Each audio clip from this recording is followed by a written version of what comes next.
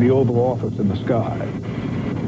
I think Air Force One is a symbol of the United States. When we boarded the aircraft, it was as though we were home again. It is an airplane whose manifest of passengers is not widely distributed. It's not a luxury palace. It's a working place. Planning a presidential trip, I think, is like a moonshot. One occasion that does come to mind is when I got fired at 40,000 feet. As of the word God, we cease being Air Force One. I think it's one of the things they really hate giving up when they have to leave the White House. It also has a tremendous impact wherever it goes. General Graham came back and said, "Sir, the pilots are not aboard. Just tell them to take off without them." So my first instinct was, this may be part of a great conspiracy. It's kind of your private turf.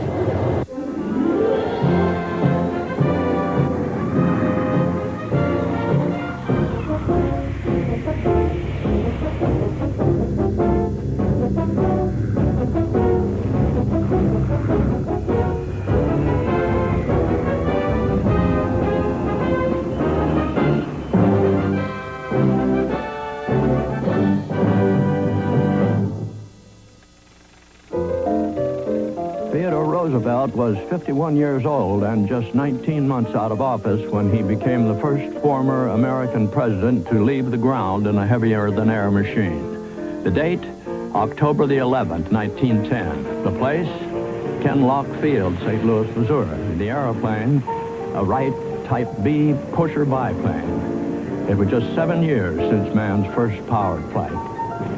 But Teddy Roosevelt's 3-minute airplane ride was just an interesting footnote.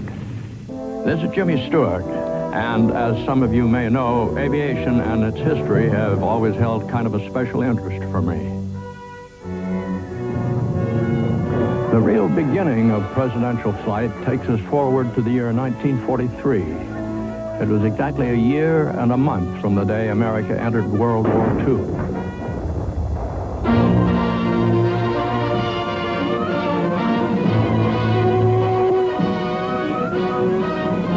At this West African port fronting the Atlantic Ocean arrives President Roosevelt for his conference with Prime Minister Churchill. He drives in a scout car after having flown across the ocean. It is the first time that he has flown since becoming American president, and he is the only president to travel in a plane while in office. On the grounds of the president's villa, soldiers are stationed. A vigilant guard protects president and prime minister. And in the air, squadrons of planes, lest the enemy try an air raid. It was a cold January the 7th in Manhattan when Pan American pilots Howard Cohn and Richard Vinell got word that something important was about to happen. From Washington, the Navy Department directed that 2 of Pan Am's mammoth transoceanic clippers be readied for an undisclosed mission. Late that day, Cohn and Vinell gunned the 2 huge flying boats across Bowery Bay. They had been ordered to fly from New York's LaGuardia Marine Terminal to Dinner Key, Miami, Florida. It was 1,000 miles, nearly 8 hours away. Arriving early the next morning at Pan Am's Biscayne Clipper Center, both pilots were told to prepare for a dawn departure on the 11th. The passenger manifest given them was puzzling. It was a dozen days later that Mrs. Cohen learned who was aboard.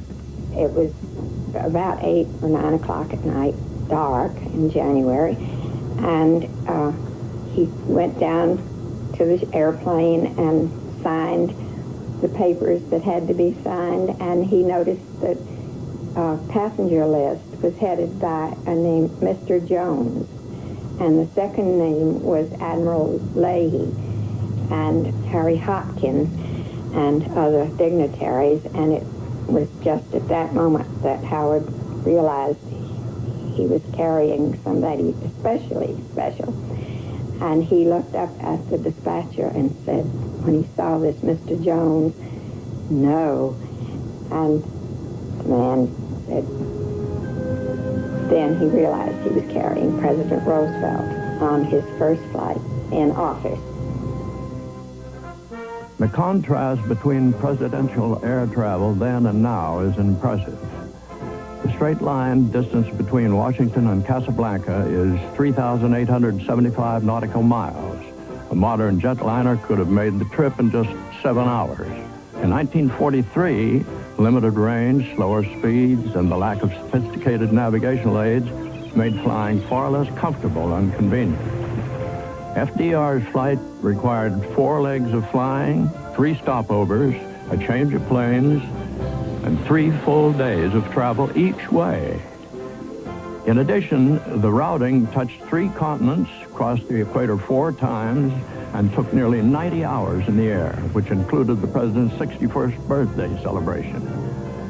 When you include round-trip rail transportation from Washington to Miami, Roosevelt covered some 17,000 miles before he was once more back in the White House.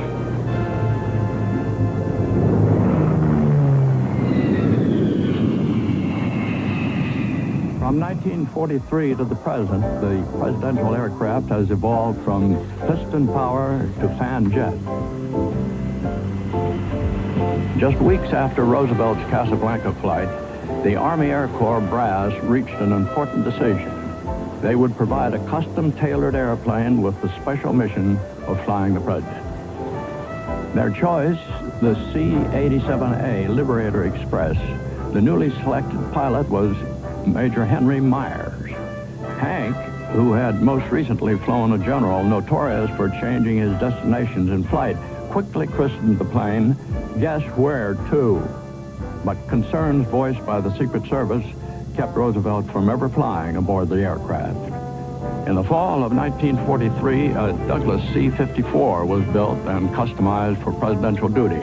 This aircraft became world-renowned. Its name, never official, was bestowed by an irreverent White House press corps. It was known simply as Sacred Cow. For a short time, Cow also served Harry Truman. Soon, though, a custom Douglas DC-6 with a spectacular eagle paint job became the president's plane. In honor of Truman's Missouri hometown, it was dubbed the Independence. When Republican Dwight Eisenhower swept into the White House, a Democrat's plane simply would not do. For Special Air Missions, SAM for short, he selected a Lockheed Constellation.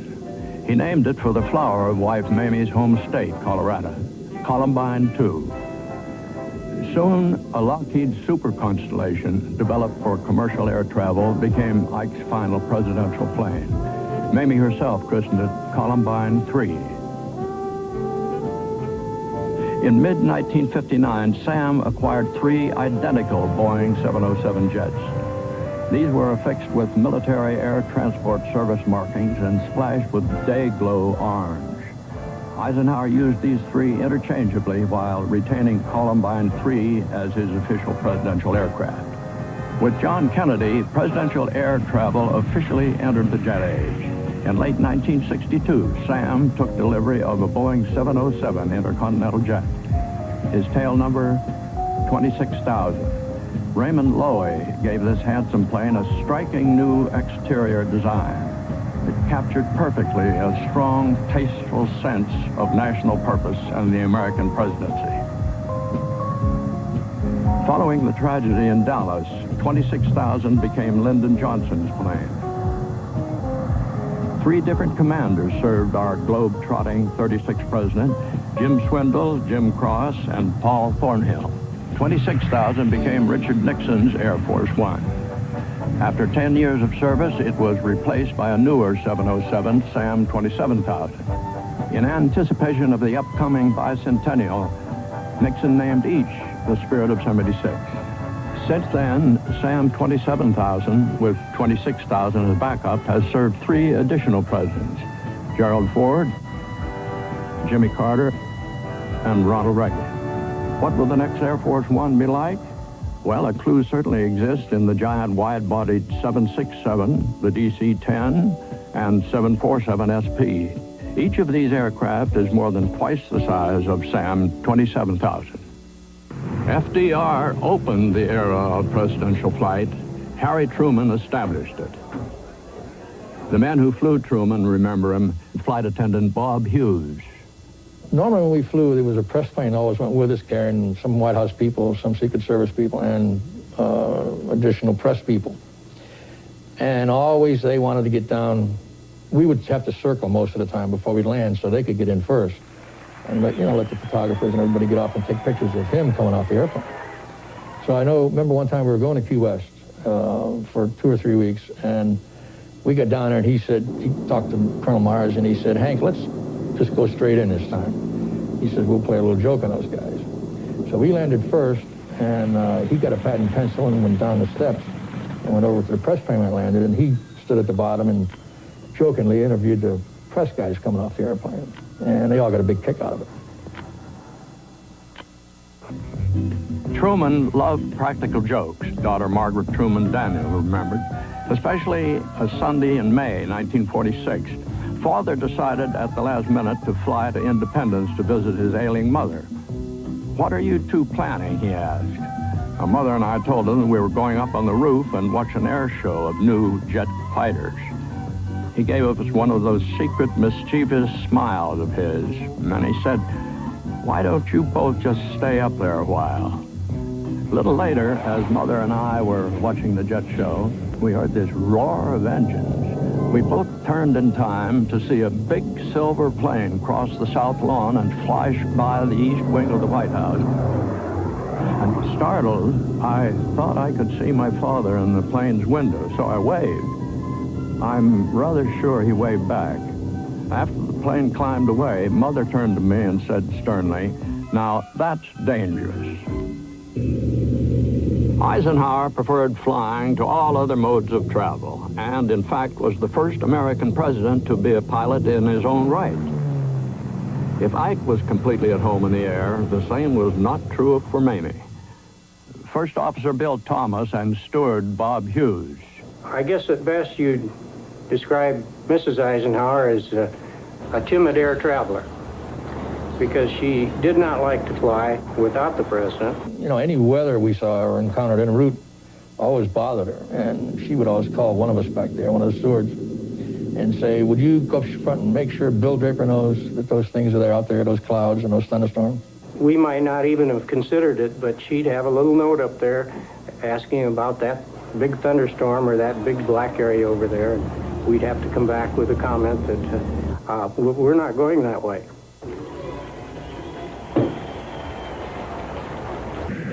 It was early in the Eisenhower administration aboard Columbine II when an incident occurred that would change forever the call sign of an airplane carrying the President of the United States. Taking off from Washington and climbing to 10,000 feet over a certain checkpoint, Columbine called in on a new radio frequency as instructed. Roger 610 answered the controller, and 10 seconds later, another plane's transmission was heard. Center, are you calling Eastern 610? Negative was the reply. We're calling Air Force 610. This in-flight confusion could have been dangerous. First Officer Bill Thomas. Well, when we got back, Bill Draper got with the Air Force operations people and with the Federal Aviation Agency and cited this as a reason why we needed a more positive control system. And he recommended that we use Air Force One for the call sign of an airplane when it had the president on board. Jerry Parr, Assistant Director, Protective Research, U.S. Secret Service. The code names are delivered to the Secret Service of a number of code names, and the Secret Service chooses those names on the basis of probably some personal attribute of the person that we protect. For example, with Vice President Humphrey in the mid-'60s, his code name was Lightning, which certainly fitted his energetic character, his activism, but basically that's the way we do it. Through the years, call signs and code names have performed important functions. These specify not only the President, the First Lady, and their children, but also key members of respective administrations, other people, places, and things. Some examples. Volunteer, Lyndon Johnson. Passkey, Gerald Ford. Searchlight, Richard Nixon.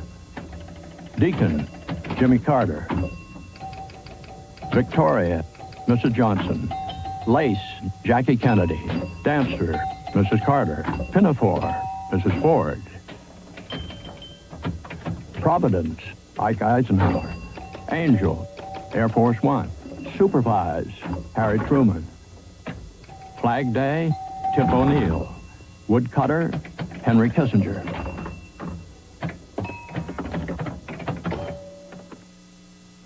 In the summer of 1959, Sam accepted delivery of 3 new Boeing 707 executive jet aircraft. Eisenhower's unprecedented 11-nation tour started December 4th. For Eisenhower, it was a stunning whirlwind tour.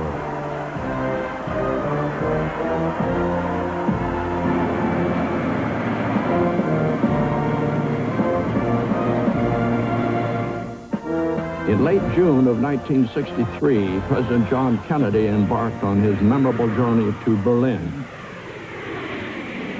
His military aide, Major General Ted Clifton. It was probably one of the most important diplomatic occasions that occurred in his presidency. It was very important that the Germans be assured and reassured of our faith in them, and it was all planned throughout so that he would bring Germany together as well as bringing us together. And as you know, Chancellor Adenauer and Willy Brandt, who was the mayor of Berlin, were political competitors. And Willy Brandt was working to be the next chancellor. And so we had to handle that very carefully. And again, the president used Air Force One to accomplish something. He just suggested that they both ride with him to West Berlin. And Willy Brandt knew that he would get off the airplane with the president, which was good for him politically. But Adenauer also knew that as the incumbent chancellor, he wasn't being shut out of the game. And Air Force One performed a very important diplomatic mission.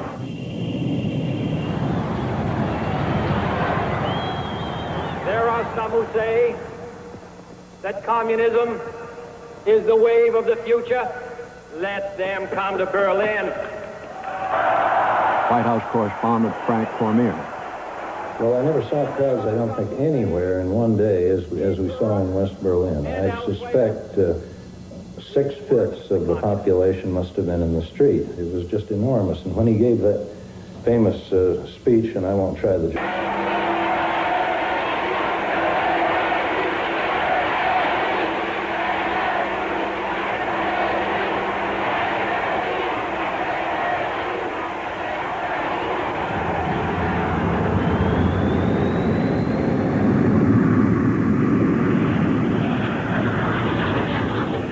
President Kennedy had a special way of masking a personal habit he indulged in aboard Air Force One.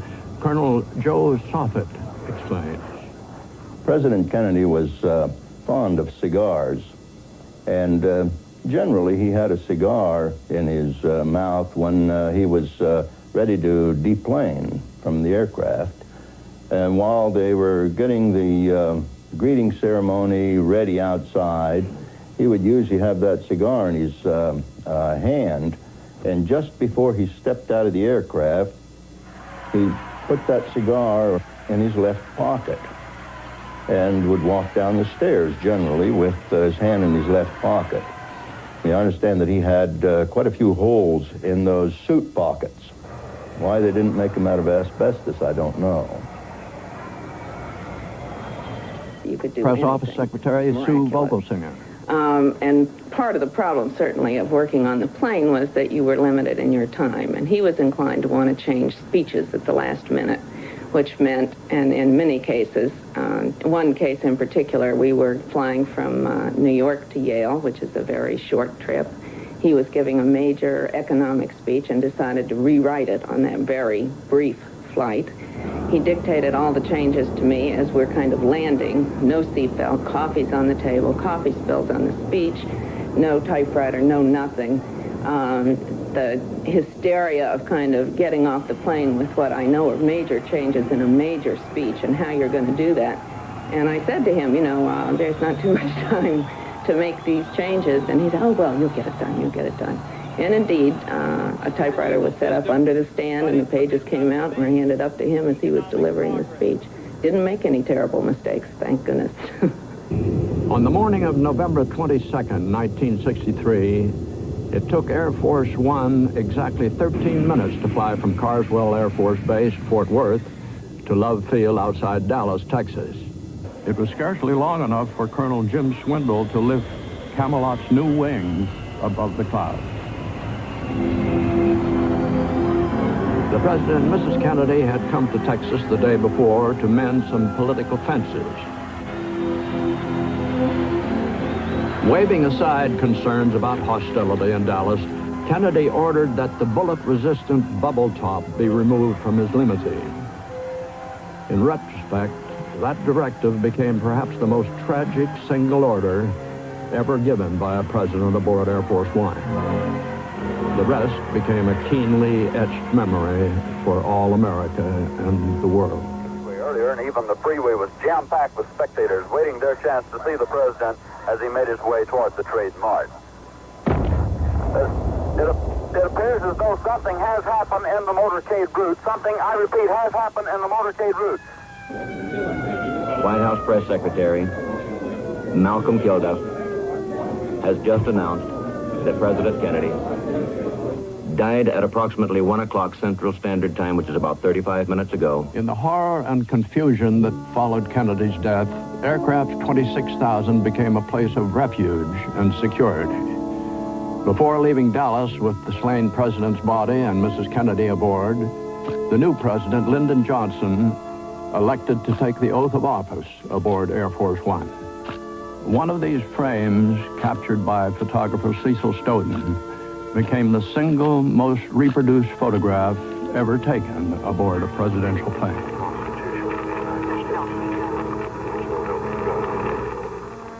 On that hushed and painful flight back to Andrews, Colonel Jim Swindle, Air Force One commander. And it was almost eerie flight because we didn't have to do much talking. We were on a direct flight and it was very simple navigation. And FAA gave us anything we wanted, and in hushed tones, everybody was just seemed like we were saluting the president.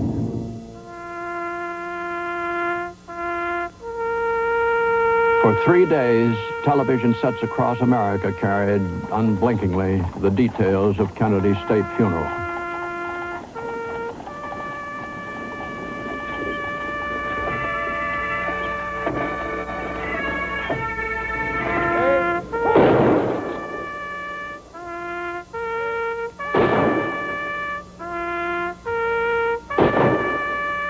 There was, at the personal request of Mrs. Kennedy, a final salute from Air Force One and its crew. She thought of us. She said, Jack loved Air Force One and flying, and said, certainly if it could be arranged, do you suppose they could do the flyover?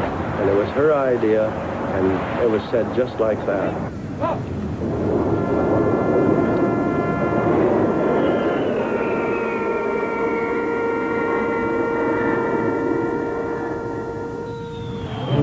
Lyndon Johnson rode his big jet like a range boss on a cattle drive, dashing here and there around the globe, rounding up stray politicians and prime ministers, dispensing his own brand of wisdom, handing out money from the American chuck wagon, and radioing ahead for more diet root beer and Texas-sized steaks. It was not long before Lyndon Johnson began placing his very special brand not only on the American presidency, but on the president's plane. White House correspondent Frank Cormier. The main passenger cabin forward of his was changed with all the seats reversed, so all the passengers flew backwards. And they looked through a plastic transparent wall at Johnson in what we called his throne chair, and he would be facing forward, facing his fellow passengers. Flight engineer Joe Chappell. The president's chair was a large Hartman aircraft seat, and it was designed and installed to fit around or in the kidney-shaped conference table that was electrically operated. We could move the president's desk in the conference area from the coffee table height to the writing desk or dining height. LBJ also held very strong beliefs about leaders around the world. Nikita Khrushchev had just been deposed as the premier of the Soviet Union. And Johnson, over a highball, leaned back and said, look around the world. Khrushchev's gone, Nehru's gone, Adenauer's gone, Macmillan's gone, Senye's gone. Who's left, de Gaulle? Then he leaned back and literally thumped his chest and said, I am the king.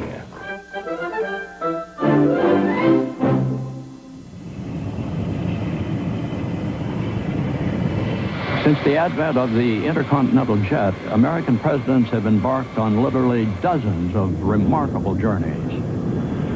Often, world events or the unpredictability of some chief executives allows little time for advanced planning. Lyndon Johnson's military aide and pilot, Jim Cross. President Johnson called me in my office there at the White House, and he said, Jim, I want you to get my big airplane ready. We're going to have to go over and pay our last respects to Prime Minister Holt. And I said, well, Mr. President, you might remember, sir, we put that big airplane in the overhaul hangar about 3 or 4 days ago, and you had approved its going. And one of his very Texan-like homilies, he said, well, just run up there and get it back. Said, we're going to take that airplane. I said, Mr. President, I was up there yesterday, and I looked at the plane. It'd take at least 10 days just to put the pieces back on it. He said, well, I don't know why it is, but every time that some of you folks get to doing something, you mess up my plans. So see if you can find me another airplane, which we did. We took one of the backup planes. We fitted it out for him more or less to his liking so that we could take it. And 2 days later, we left on this particular incredible journey. We were gone just under 4 days. I think it was 121 hours. We spent 61 hours in the air, and we stopped in Honolulu. We stopped in Australia, 2 different places. We stopped in Bangkok, or near Bangkok. I believe it's Korat Air Force Base. We stopped in Karachi to see the president of Pakistan at that time. We then stopped to see the Pope on the eve of Christmas. I think it was the night of the 23rd. And we flew from there on to Lodges, and then on back into Andrews. We arrived here, as I recall, it was Christmas Eve morning, about 7 o'clock, having been gone some 121 hours. There was a strange, little-known ending to Johnson's final flight aboard the presidential plane. Colonel Ralph Albertassi. President Nixon had made the gesture, of course, of wanting the now former president of the United States, Lyndon Johnson, to go back to his home state in the airplane he'd become accustomed to, Air Force One. They got to Austin, of course, and when they got there, I got a phone call. Not really a frantic phone call, but kind of a phone call of concern from Paul Thornhill. He said, Ralph, you're not going to believe this, but we've been ordered to take everything off the airplane. And when I say everything, they took the matches that had the presidential seal, they took the cigarettes that had the presidential seal, they took the tissues, the towels, the dishes that Jackie Kennedy had arranged to put on board the airplane that had special flavor and special significance to the airplane alone. All those things were gone. And the most important thing was that the conference room chair that the president used all the time, we call it the king chair, well, they took that seat off, too. So the airplane came back from Austin without the king chair and all the other amenities. So help me God. Richard Nixon ascended to the presidency partly because of his campaign pledge that he had a secret plan to end the war in Vietnam.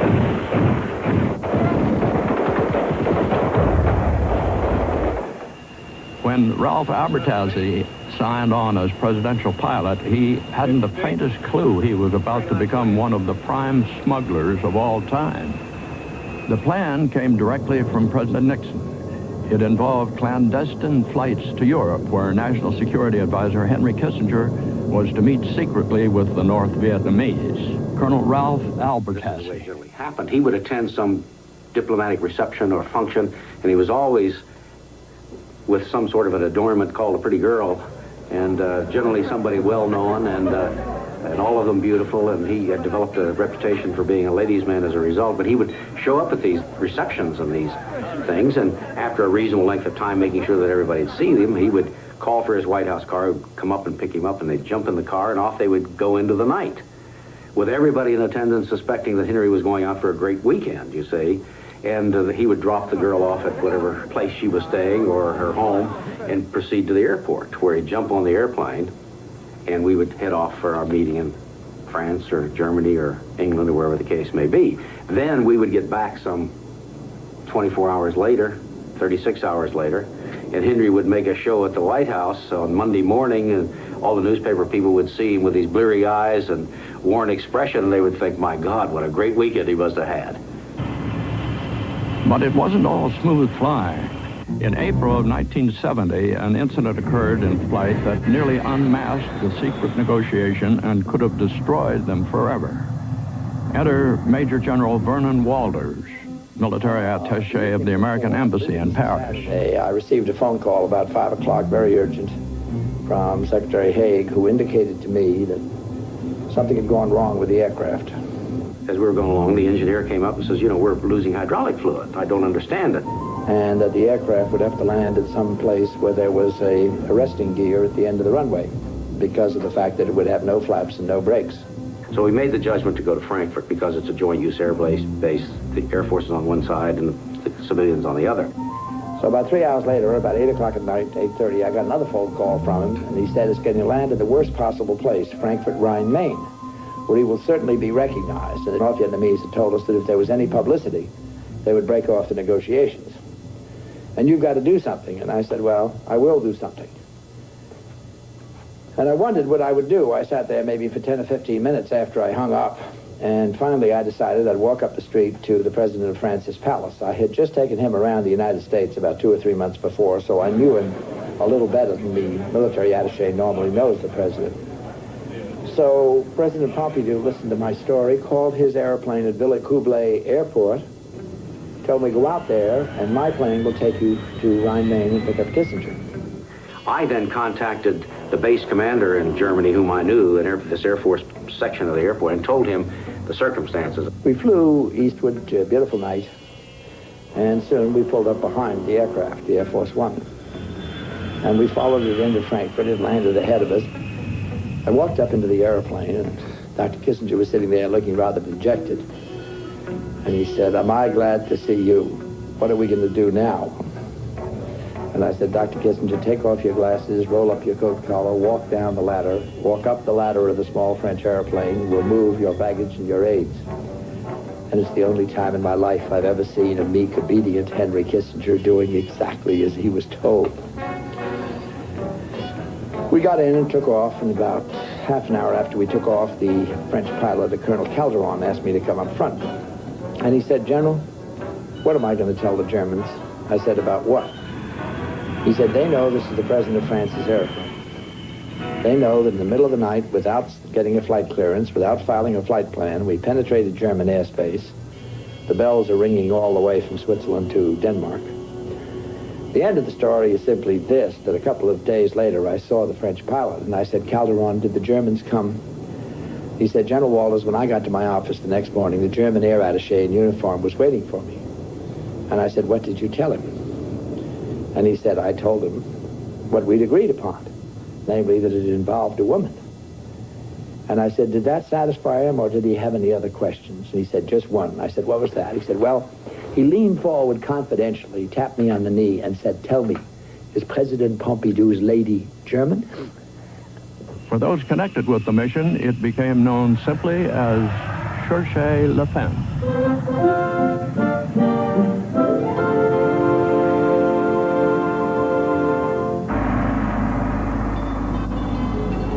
It was 11:30 a.m. local time, February 21st, 1972, when Air Force One touched down in the capital of the People's Republic of China.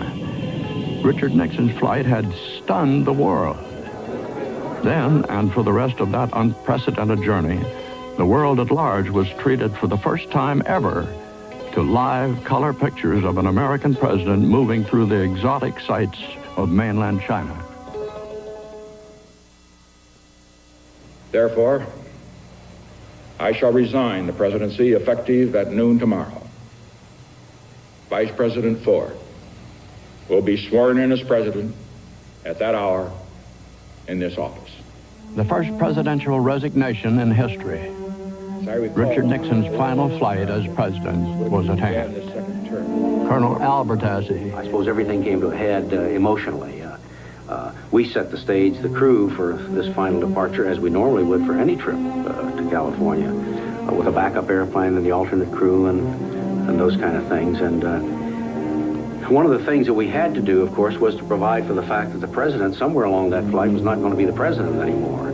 We watched his presentation. We have television capability on board the airplane. We watched his final remarks to friends and employees at the White House. I want to say for each and every one of you, not only will we always remember you, not only will we always be grateful to you, but always you will be in our hearts,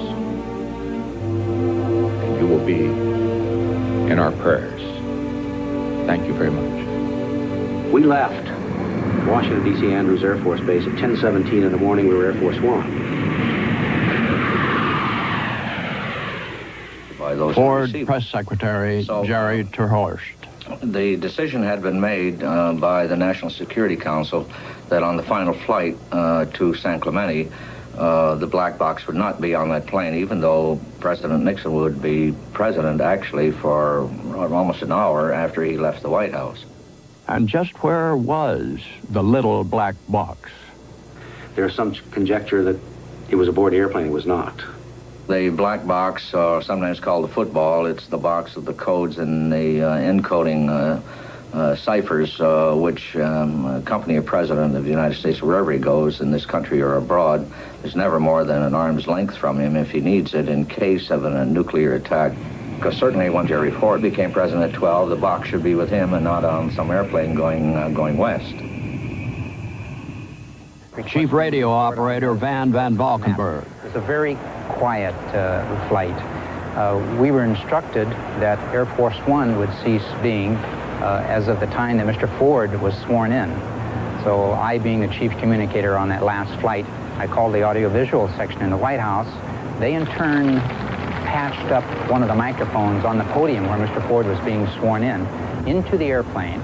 I monitored it. I put it over the PA system throughout the airplane so the people in the back could hear it. That I will faithfully execute. That I will faithfully execute. The office of President of the United States. The office of President of the United States. And will, to the best of my ability, preserve... Something like 2.5 minutes after 12, 13 miles southwest of Jefferson City, Missouri, at 39,000 feet, when Gerald Ford said, "So help me God." So help me God. We ceased being Air Force One. And we immediately then changed the call sign to SAM 27,000, and we proceeded to San Clemente with that kind of a call sign rather than Air Force One. It was obviously a dramatic moment, a silent moment. But Press Secretary Ron Ziegler. President Nixon handled that entire situation, I think, with great dignity. And, there was no substantial emotion that occurred, but I would say more or less reflection. But it happened on Air Force One. It was some 20-25 minutes after the swearing-in ceremony, the president came out. First time that I'd seen him after the boarding of the airplane. And as he is wont to do, and perhaps some people who know him better than I do, but he had a tendency to roll his hands just a little bit. When he didn't put them in his pocket, he kind of rolled them around, and the way he looked around and looked at me, he said, "Ralph, I promised you before we went to China, when we got back, I was going to make you a general." And he said, "Like so many things that I've got to leave undone." And his voice trailed off, and I said, "I understand, Mr. President." So we got to San Clemente, he got off and made his remarks at the group gathered at El Toro. As I step off the Spirit of 76, this great plane that took us to China, to Russia on 2 occasions, to the Mideast. This great Spirit of 76 is one that we will always remember because of those trips. Came over, we had this picture-taking session.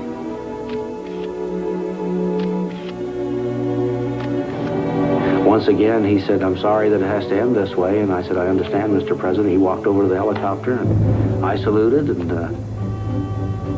turned around to the crew, and I said, "Well, folks, it's time to get this airplane back for President Ford."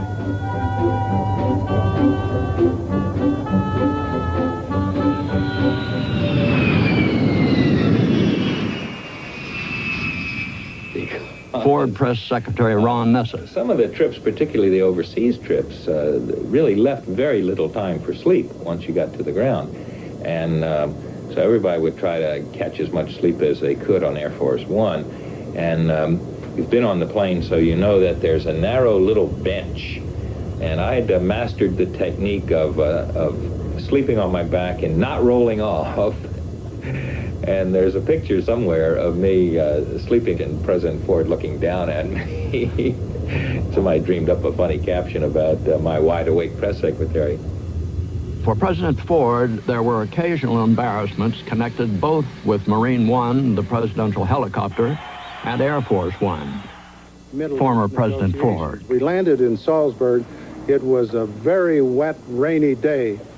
And as I came out of the Air Force One, I had an umbrella in one hand, and I was trying to hold Betty's arm with my other hand. And inadvertently, I tripped and took a bad spill.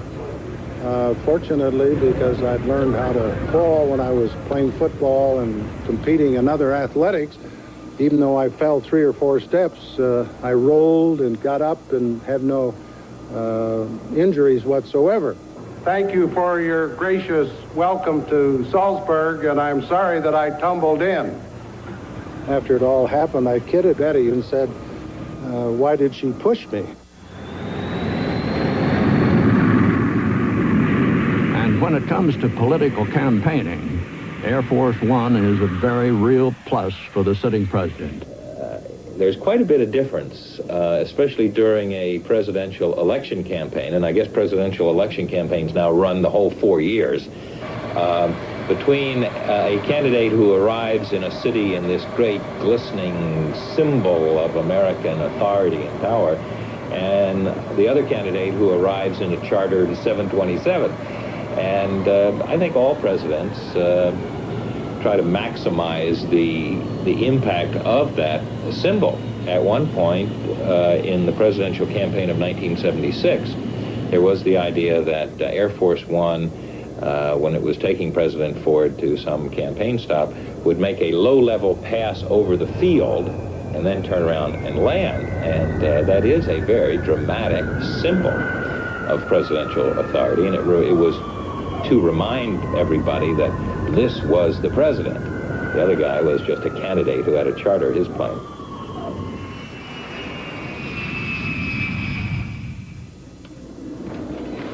On January 20, 1977, Jimmy Carter became the 39th President of the United States.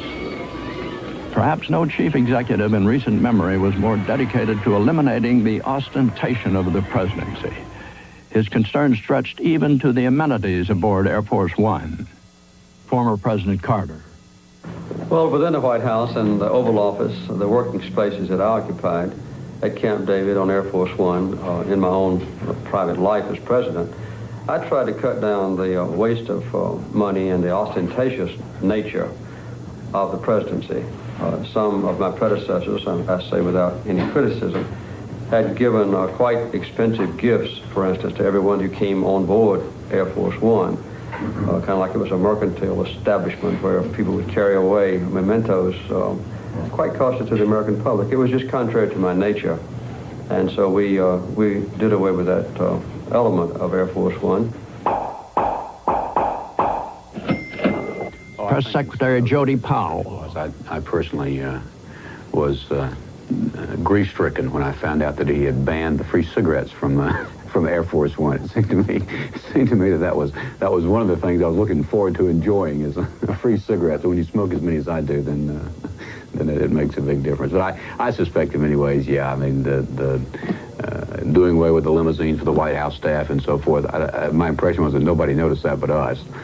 But people could always take with them a pencil or a scratch pad or a book of paper matches, just as a proof that they had been on board the beautiful plane. During the final year of his presidency, Jimmy Carter was deeply involved in gaining freedom for 52 Americans held hostage in Iran. Their release stretched into Ronald Reagan's inauguration. The new president asked his predecessor to fly to Europe and welcome home the former captives. Getting those hostages home safe had been a preoccupation of the administration in which I served for over a year. It had finally happened. And I think all of us were certainly grateful to the new administration for making that trip possible, particularly possible under the circumstances in which it took place. And I remember coming back, one of the staff members had thought to purchase and have loaded on board some champagne to drink, and we were standing there in the president's cabin with a glass of champagne. And my toast was to those who had shown through their stamina and patience and courage that our nation's principles were intact. And of course, my toast also included one to freedom.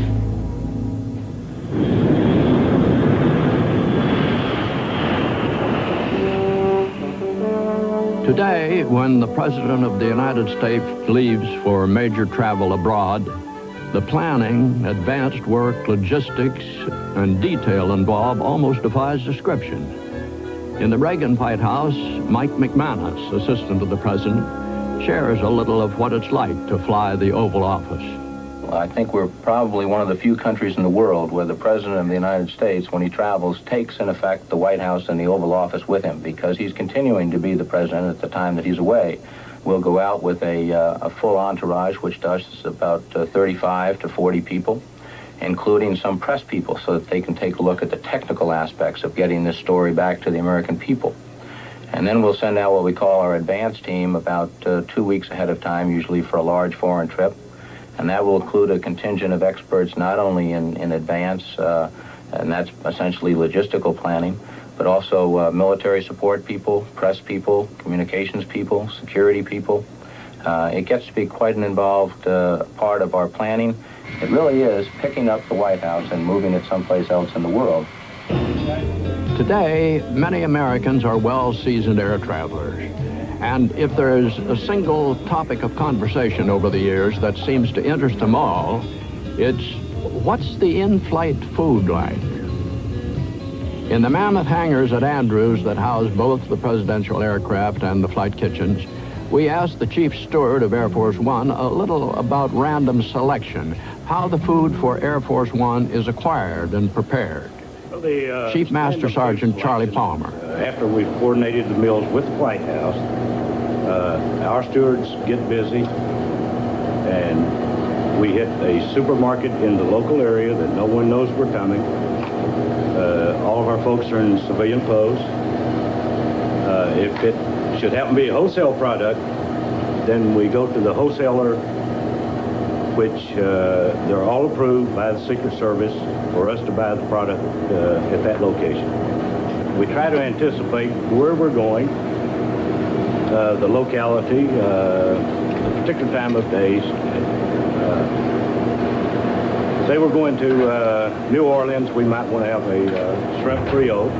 We never go wrong if we're leaving, say, Russia, China, or some of the other countries on an extended tour, if we just go with a basic hamburger and a bowl of chili.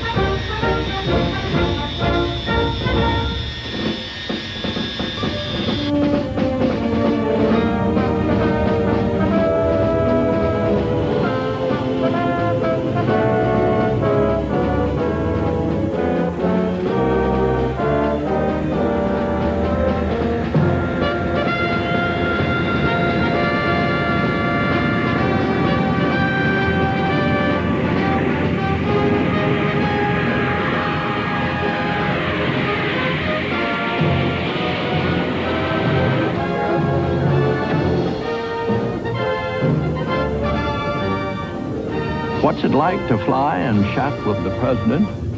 Welcome aboard Air Force One. President Ronald Reagan.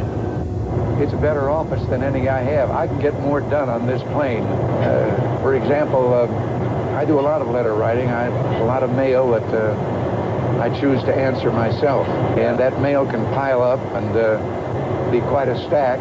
And I can get on this plane, and on a trip like this, I can come back with a tablet full and all the letters attached to it and hand it in at the office to be typed and for my signature. There is instant communications, and not only with the White House, but many times there have been international conversations from this plane, and on a secure phone.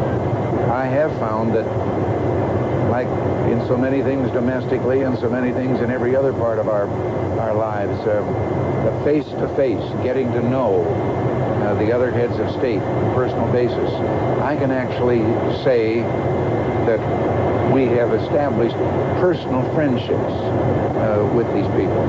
And as I say, maybe you could have done it less conveniently to have such a meeting, but this has made it that much more possible. On the flight deck, we asked presidential pilot Bob Ruddick, what's it like, this mission of flying the president? I feel that we spend so much time together, it's not often a commander-workers relationship. We pretty much work on the same level to get the job done. And if you could, you might say there's no star on the crew. Everybody is very down to earth. Everybody pulls together from the same level just to accomplish the mission of flying the president. And that digital clock up there that tells you your destination, and then here they put when you're going to arrive. I know it's a matter of principle and honor with them, with that crew. But this plane lands, and this plane taxis to the stopping point, and I stand here or sit here time after time watching, and those wheels, you see that tarmac stop. The wheels have stopped turning as that clock clicks to the exact minute that it said that we would arrive. If I could recall for you, once when I wasn't president, and it was not an Air Force One, but planes that are not configured this way interiorly, but the same type of plane, but the same symbolism on the outside. While I was governor of California, I was asked to do a trip abroad, several trips abroad, on behalf of the country and the president, some errands. And I remember once during the oil boycott, and we were due from one country to another. We were in Asia, and I won't name the countries. But suddenly word came that very possibly we could not be refueled in the country to which we were going because of the boycott and their concern. And I was representing the president, but I was only a governor. But someplace, someone, diplomatic nature, suggested that, well, we could go there, but we would paint out the flag on the plane. And I, without checking with anyone, said, then we won't go to that country. And as it turned out, that country informed us they would refuel. When you're abroad and in strange lands, and you've been there and you're very busy, and then you arrive back at the airport and your first glimpse of this plane and that flag up there, yes, it's a little bit like hearing the national anthem, and you swell a little with pride.